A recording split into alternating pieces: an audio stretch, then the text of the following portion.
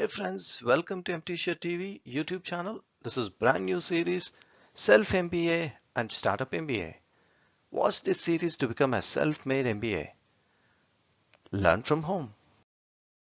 As part of Self-MBA and Startup MBA course, this is video number 4, Customer Acquisition Cost, CAC. Let's learn basics of business accounting. So basically, what is CAC? Customer Acquisition Cost. What does it mean? So it's a measure of how much an organization spending to acquire a new customer. Okay. What is the budget? What is the spend that you need to really plan? That is what the CAC gives you. It's a measure of how much the organization spends to acquire a new customer. It's a very important metric. It is a total cost of sales and marketing efforts, as well as property or equipment needed to convince a customer to buy your product or service. To buy your products or service, what is the effort required? What is the amount to be spent really to make him a paying customer? That is CAC, Customer Acquisition Cost. Remember, the customer acquisition cost is nothing to do with any company acquisition. It is not about acquisition at all. We are here talking about customer acquisition cost. Let's see what are the top 10 facts that you must know about customer acquisition cost. Okay, let's see what are the examples of customer acquisition cost that you must be aware. First one is advertising. Any forms of advertising falls under the CAC cost.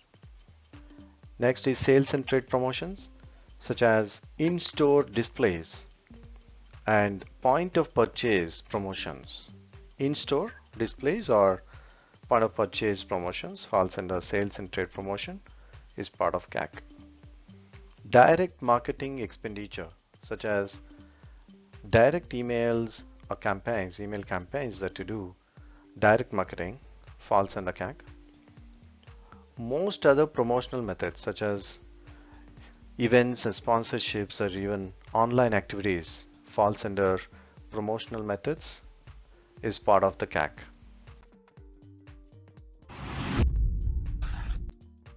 Okay, the second fact to know about CAC is nothing but the calculating of the CAC itself. It is a simplex method. Dividing the total marketing campaign cost related to any acquisition of customer, that is MCC, marketing campaign cost, MCC, divided by total number of customers acquired, TCA, total number of customers acquired over a given time. So there's a campaign cost, divide that by number of customers acquired, that's what gives you CAC.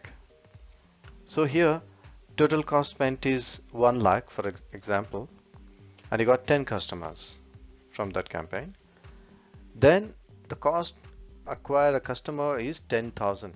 CAC is 10,000 rupees, and 10,000 rupees is a lot. But there are other factors to know. Let's continue, but you can remember that the simplex method of calculating CAC is MCC divided by TCA, whereas MCC is total marketing cost and the TCA is total customers acquired. Okay, what are the advanced method of calculating CAC? This is CAC equals MCC, that is total marketing campaign cost to acquire a customer, plus W.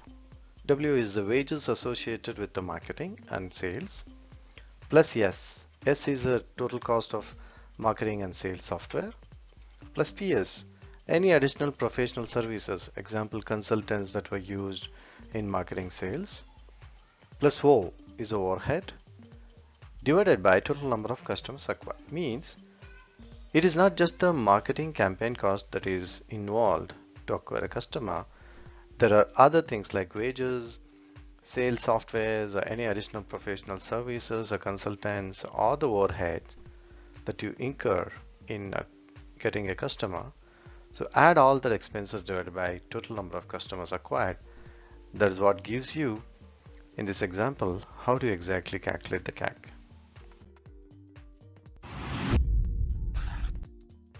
Okay, the CAC versus CPA. You must know CAC is specifically measures the cost of acquiring a paying customer. Paying customer, that's what you have to remember.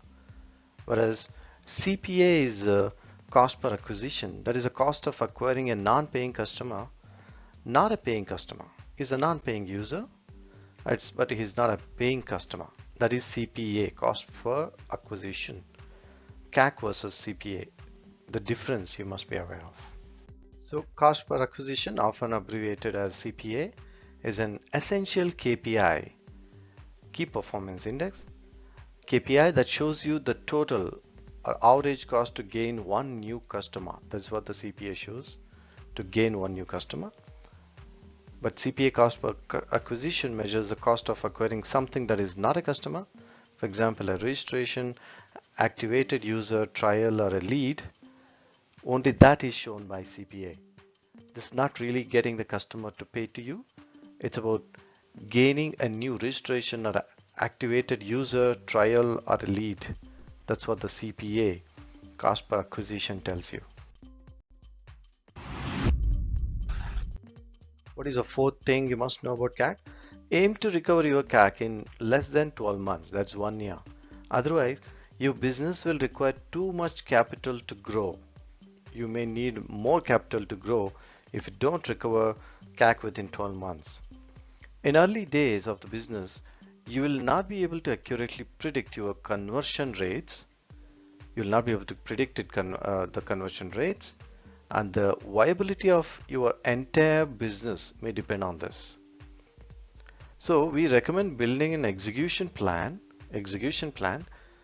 that focuses on finding out these numbers, what these numbers will be, as soon as possible in the life cycle of the business. Figure out very early in the business, recover it within 12 months.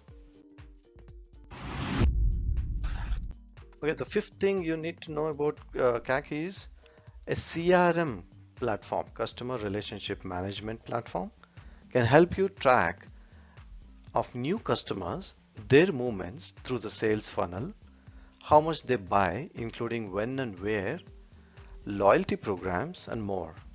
So you can also use it to manage email lists and campaigns such as promotions. So using a CRM system to track new customers and CAC is a good method. The sixth one, CAC versus CLV. CLV is customer lifetime value. Customer lifetime value is the total worth to business of a customer or the whole period of their relationship. If you get a customer or the entire relationship cycle, what is the whole worth of that business from that particular customer? That is what is indicated by customer lifetime value, CLV. So the customer acquisition cost is designed to measure and maintain the profitability of your acquisition teams. If your cost to get a customer through the door are higher than your customer lifetime value, then the business cannot be viable. Remember, if the value of CAC, expenditure that you spend, is more than the CLV itself, that is the amount that you will get really from that customer in the lifetime of that engagement, then the business is not viable. So the best rule of thumb is to spend 33% or less of your customer's lifetime value. The thumb rule is 33% of CLV can be your CAC. So the customer lifetime value is the total worth to business of customer over the whole period of their relationship. It is an important metric as it costs less to keep existing customer than it does to acquire a new one, right? So increasing the value of your existing customer is a great way to drive growth rather than going behind a new customer. First, try to maintain a good service or a quality offered to your existing customer. The seventh point you must know about CAC is you must know the business model failure comes when CAC exceed the LTV, lifetime value. Here is the thumb rule that you must know again. If the LTV, lifetime value, divided by CAC is ratio less than the 1.0, then the company is destroying value. if LTV divided by CAC is less than 1, that is your CAC is more than lifetime value of the customer, then you are destroying the value. And if the ratio is greater than 1, it may be creating value. But before, more analysis is required.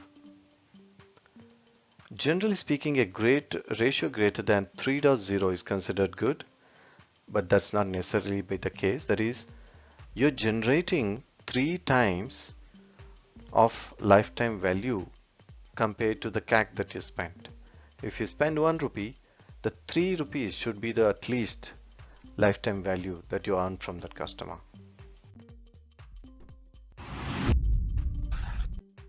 What's the 8th point about CAC you must know? Lower the CAC. Understand your customer well. Knowing your customer's wants or requirements clearly and needs help you create a product that will delight your customer. This can lower the CAC. Automatically, customers are interested in your product and they buy. You don't need to spend a lot for your marketing or the campaigns. 9th thing to learn, engage your customers early. Earlier product engagement of your customer can lower the acquisition cost required per customer. So engage as early as possible.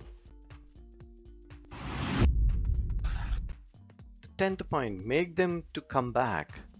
Ensure to have existing customer gets the best product and support. That is what creates a returning customer. Make them to come back, right? Create a positive customer experience, because acquiring a new user is more expensive than keeping an existing one. So give best service and products to your existing customer. Create deep fan base. If you are an entrepreneur planning your next business, you can't afford to ignore the cost of customer acquisition. The earlier you work on this, better, as many of the best techniques require you to build your product differently.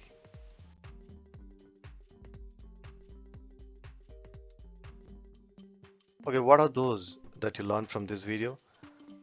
Examples of customer acquisition cost, calculating the CAC, simplex and advanced methods you learned, CAC versus CPA, and aim to recover your CAC for less than 12 months, and the need for using the CRM system, CAC versus CLV, customer lifetime value, a well-balanced business model, understand your customer well, earlier product engagement, and customer retention strategies.